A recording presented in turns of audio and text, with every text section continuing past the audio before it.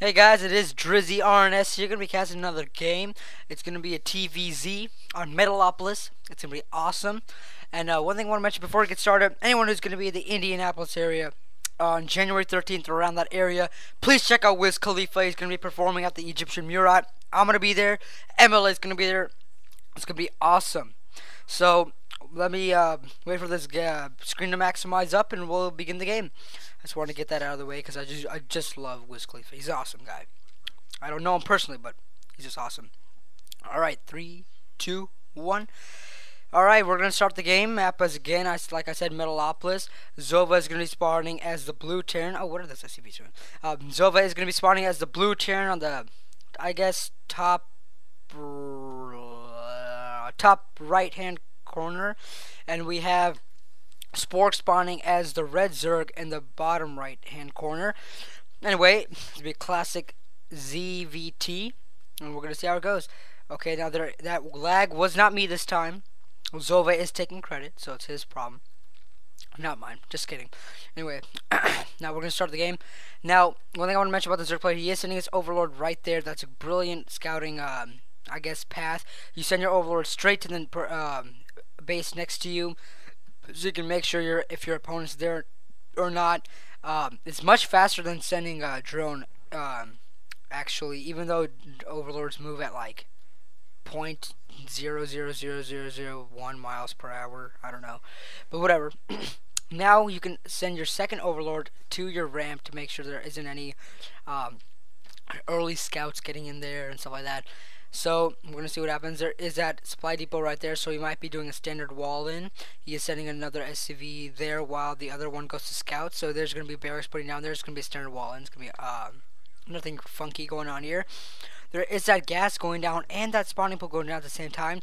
So we're definitely gonna see some speedlings out really early.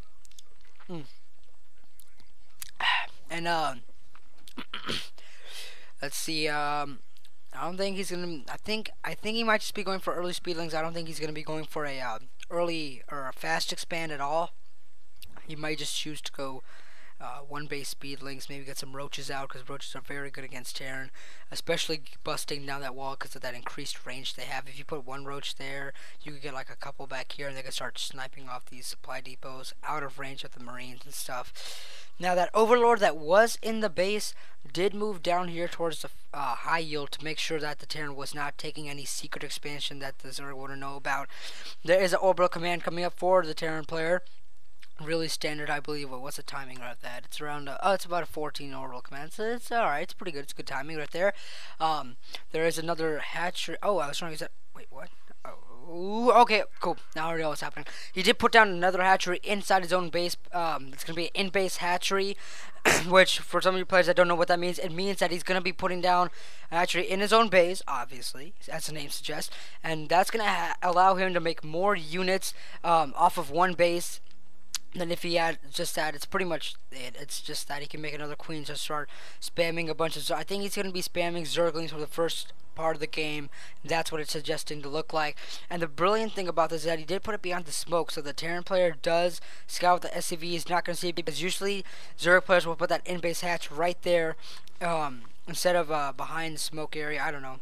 I did once, however, for fun, try proxy hatchery. I did put the hatchery there, and the guy didn't know about it, so it's kind of cool. But whatever. I'm gonna stop rambling and we're gonna start going on. There are these two Marines at the Zelnaga gonna be checking to see if any Zerglings are gonna be rushing past. And once those Zerglings rush past, those Marines can get into the Zerg base because he knows they're gonna be undefended. Pretty smart move there.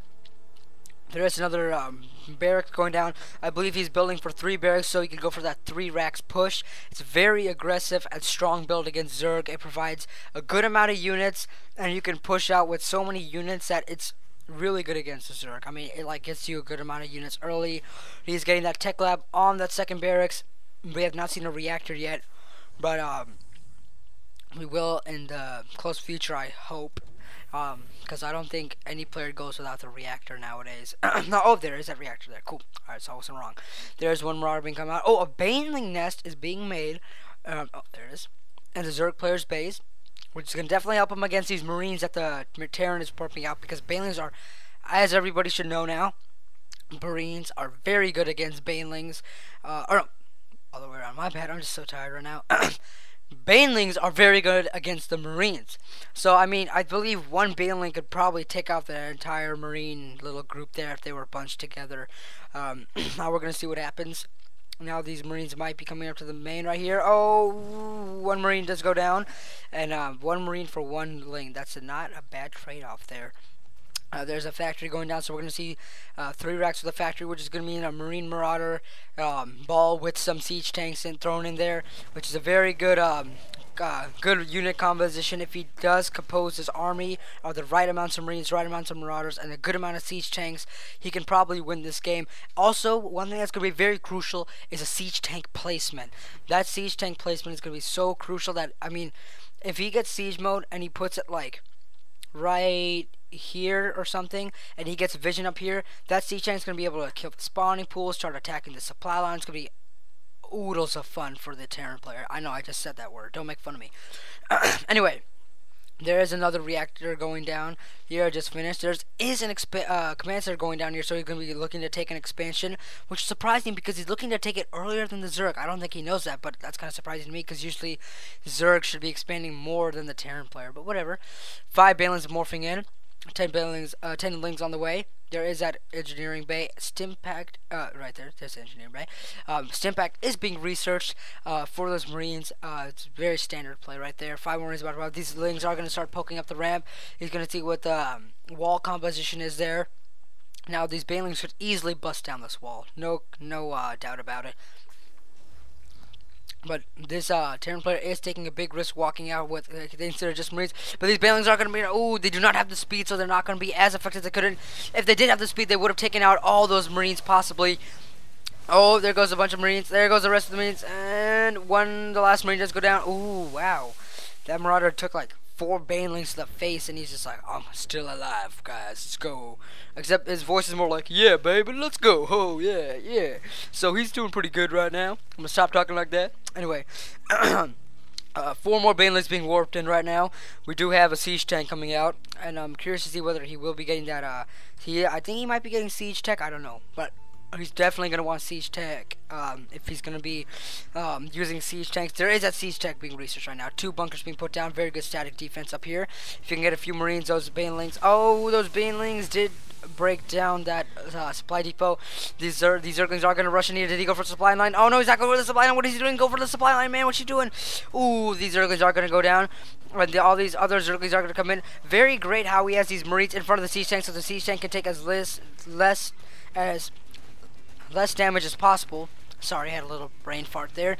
That siege tank does go down, however, there is that one Marine in that bunker trying to shoot down. These SCVs are going to get in on the action, try to take out these few Zerglings. 24 Zerglings being warped in. Sorry, not warped in, but spawned right now. Siege tech is almost done. I'm nearing completion. 5 more Marines about to pop out right now. Now there are these Zerglings making their way over to the base. Let's see what's happening. Does he even have a layer? He does not have layer tech, nor has he gotten a second gas. So I don't know what he's doing. Maybe he might be sticking with Massling, like Damaga likes to do. Damaga sticks with Massling for the good early to mid game. I don't know if any of you have seen of his games, but I like his style. It works sometimes.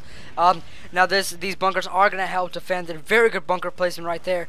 These Zerglies are gonna just keep going to the meat grinder as soon as they keep trying to attack that bunker. Now, he could not expand just because all those Banelings and Lings here, but he's doing the smart thing by making his orbital command right now. Because what he can do is he can send some mules down to mine a little bit faster. Maybe he can stay a little bit ahead of the Zerg, because he does not know whether the Zerg has he just scanned. Alright, so he does know whether the Zerg has an expansion or not. What I would do if I was this guy was try to sneak this over, maybe over here. Maybe sneak it to one of the high yields, but that's not a possibility because the Overlord's going to see it. Whatever. The luck of these, the 3, 5, 6 Banelings without the speed boost though, which is really crucial. I thought he would have gotten the speed boost.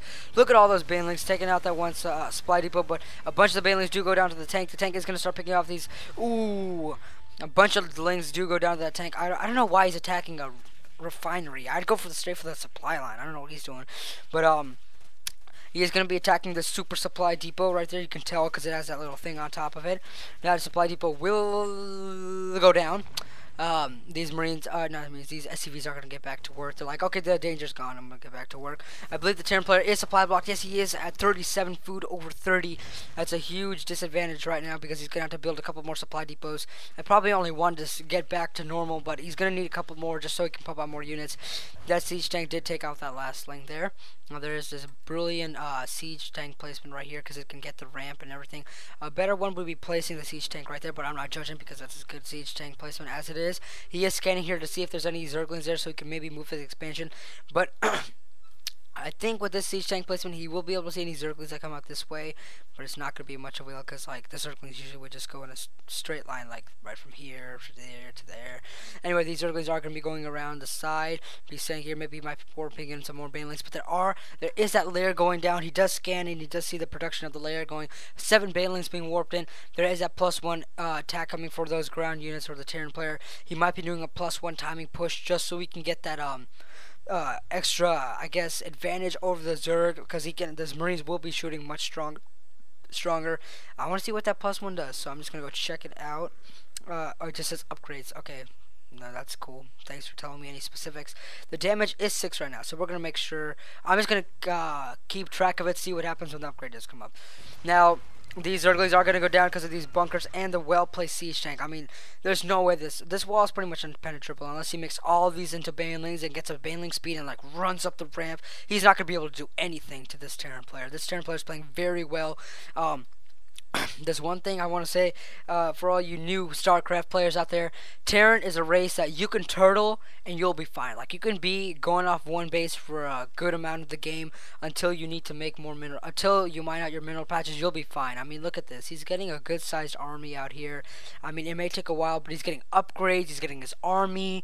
He's getting SCVs, getting more barracks. He's doing fine right now. So Terran is the race that if you're that kind of player that's like, I like to wall in, take my time, mass up units, and then make a big push, that's the kind of race you need to be playing.